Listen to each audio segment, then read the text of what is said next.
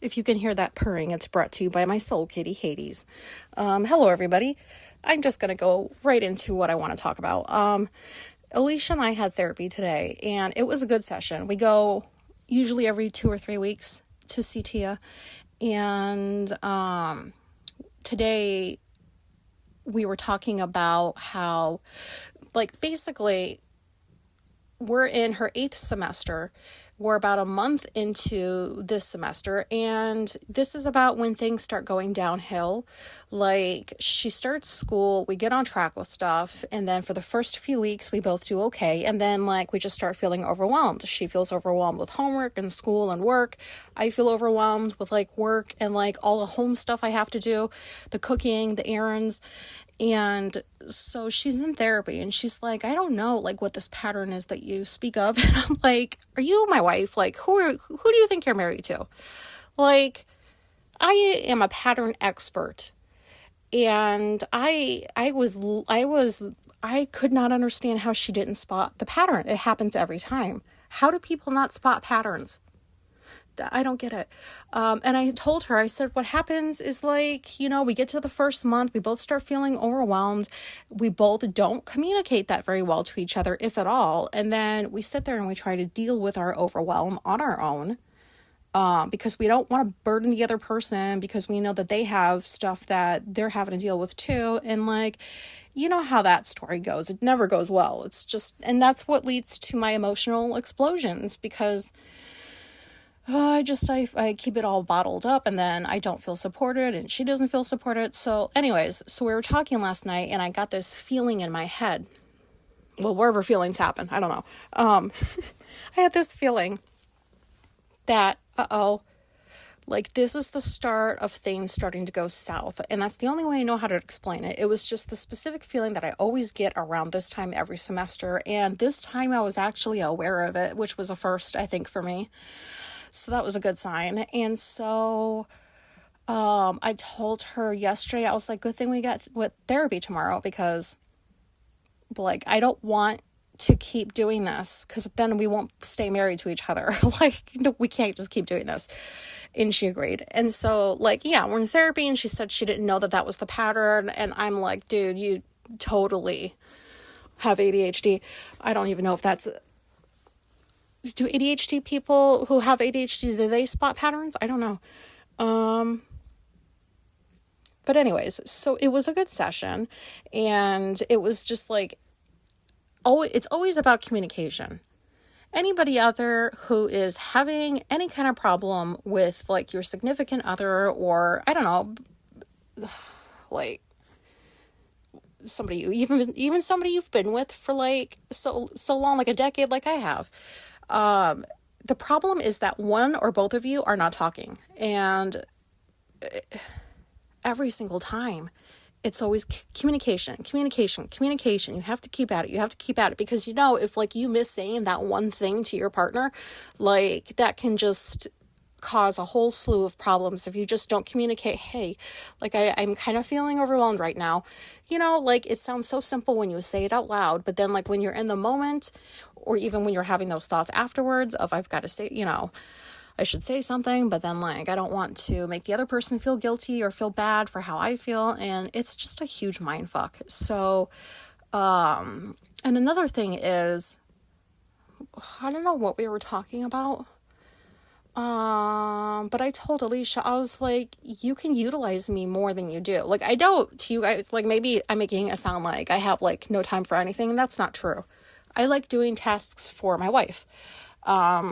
If she wants me to make her tea, I'll make her tea. If she, I like to do that stuff. And I told her, all you have to do is just get out of your own way and ask me when you need help for something, or when you need me to get or do something for you, because she doesn't always use her voice. I don't either, but it's easy to be the one to say, hey, you should do this, when you're not the one doing it. I don't know.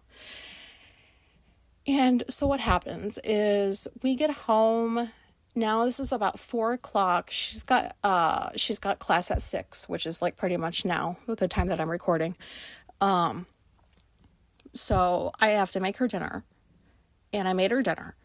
and she was doing homework before class, so we were each doing our own thing, and then I was getting started on breakfast potatoes. That's what she calls them. You know, I don't know. I always say parents because I feel like, how the hell do you guys get anything done with children? Children are so, like, they're your life, like your world has to pretty much revolve around your kids. How the fuck do you get anything else done? I can't imagine.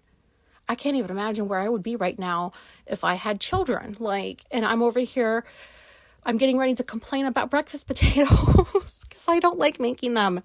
You have to cut them up, and then you have to do this, and you have to do that. And then I think it's just the fact that I have to wait around. I can do the stuff. Like, I'll cut the potatoes, I'll boil them, whatever. But, like, you have to wait around for this shit, and then she wants it in butter. It's like a whole thing. And it's okay. But, so I'm making the potatoes. I already had planned to do that. She likes eggs and potatoes for her breakfast. Oops, sorry, I dropped the phone.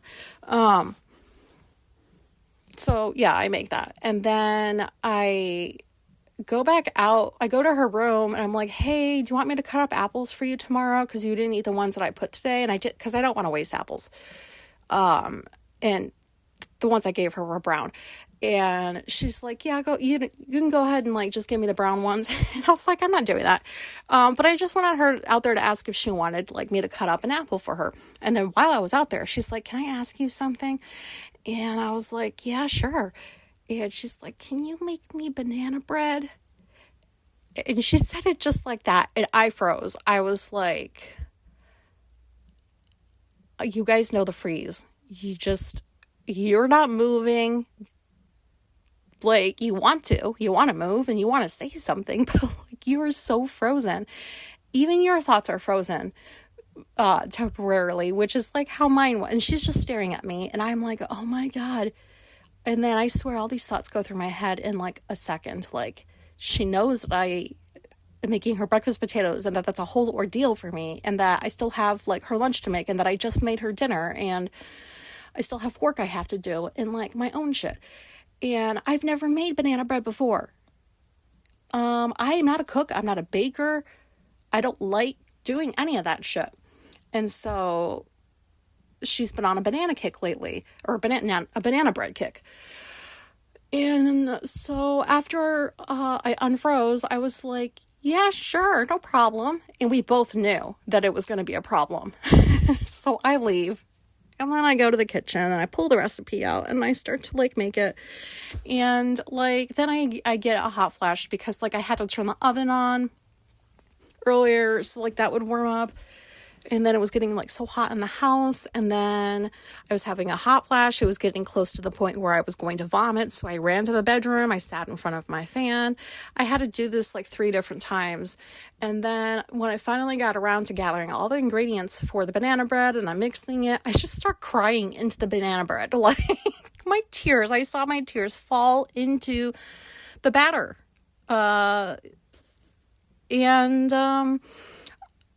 I've got my headphones on, like my noise canceling headphones, and I'm listening to an audiobook while I'm doing all of this, and I'm just dribbling snot, not into the food. I'm crying, and I'm like, oh my God, why is this so difficult? I'm crying because she just asked me to make banana bread, and I can't do it. Like, this is too much. And like, I just started feeling really overwhelmed because you can't just spring a new recipe on me like that. If I haven't made it before, I need to watch you make it. Because I am a visual learner, I also need the exact steps written down to the T so that I can make sure I follow them properly. I need all of that. And you're just going to ask me to make banana bread, and I've never made it before. Not to mention, I do not like mushy fucking bananas. Who the fuck eats that shit? Like, there's people that eat the brown spots. Why? To me, it's like, oh, the banana just took a shit. I'm not eating the shit. Like, I'm not eating the brown part of the banana.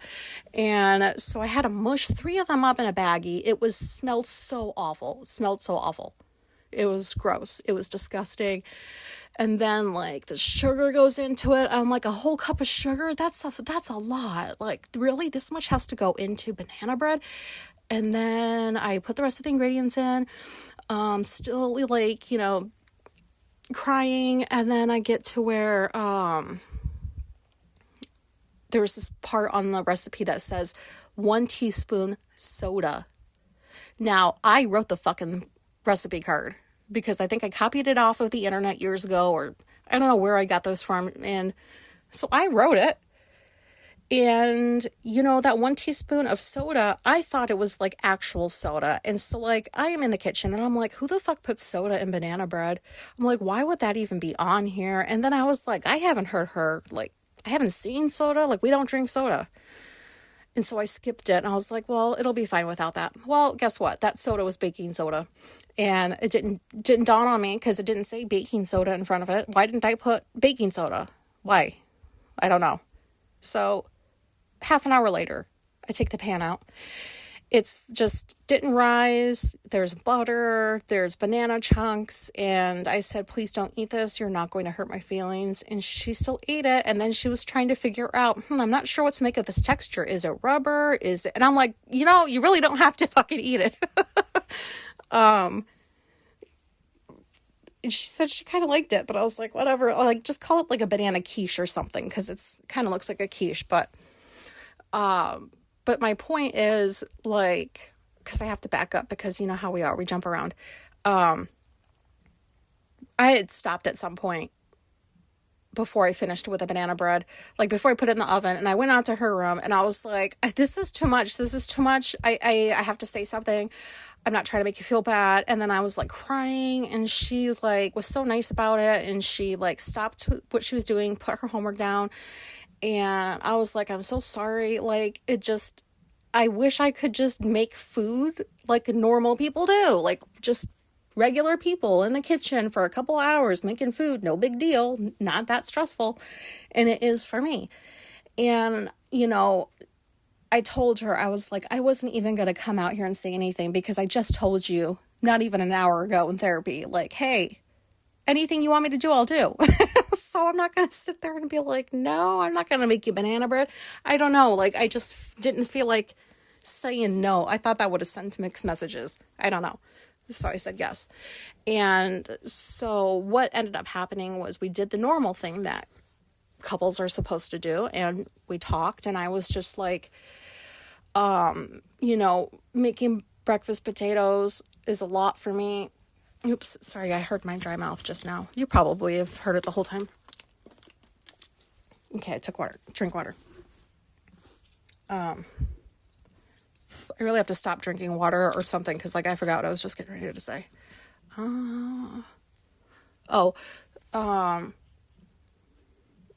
So just the fact that, like, I went in there and just told her, like, this is overwhelming, and I felt kind of embarrassed about it because, like, some of this stuff is hard for me to still work through, is just the admitting that,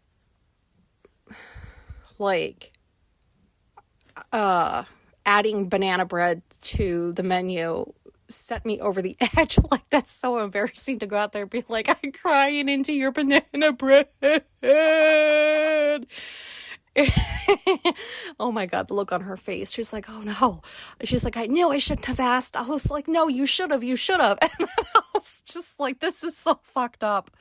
But what normally would happen is our pattern would play out the way it plays out, and then I would be pissed, and then I would start thinking, like, I do all this shit and blah, blah, blah, and just the judgmental, and the assumptions, and I thought to myself, like, we're not paying all this money for therapy for us to just keep doing the same old shit. That's how these therapists stay in business.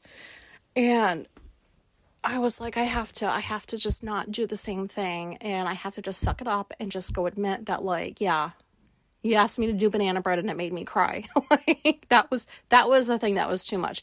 It wasn't the fact that I got up early and I had all this work that I was doing. And then I had to take a break and do all these chores. I had to go do some errands.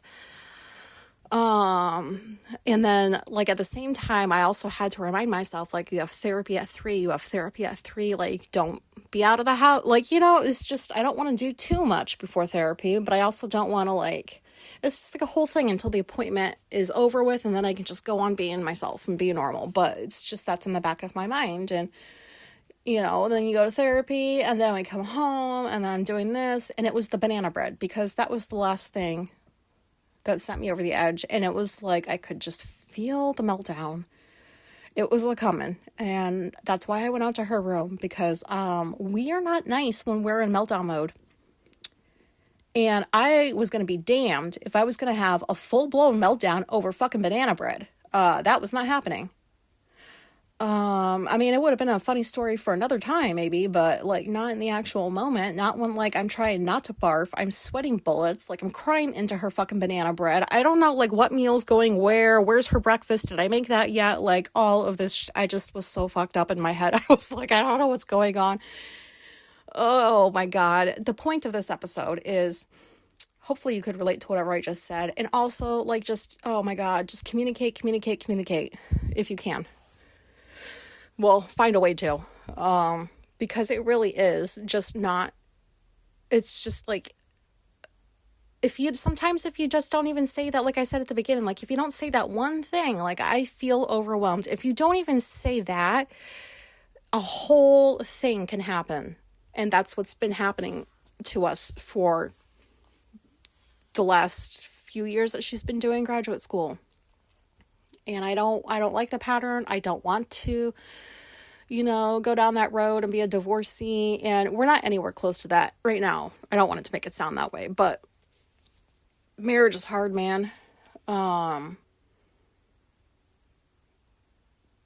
like, also me not knowing where I'm at as far as stress-wise, because as aware as I was about, like, how I was starting to get upset and stuff, I didn't sit there and think about, well, like, you got up again early this morning, you had all the stuff that you did, and like, that added to it too, and you weren't really thinking about that, so, like, that, it all just kind of came together, and I just cried and did not blow up. And she tried to hug me, because, like, she still thinks I want hugs when I'm upset, and I do not. I actually don't ever want hugs, if I'm honest, but she likes them, so why not?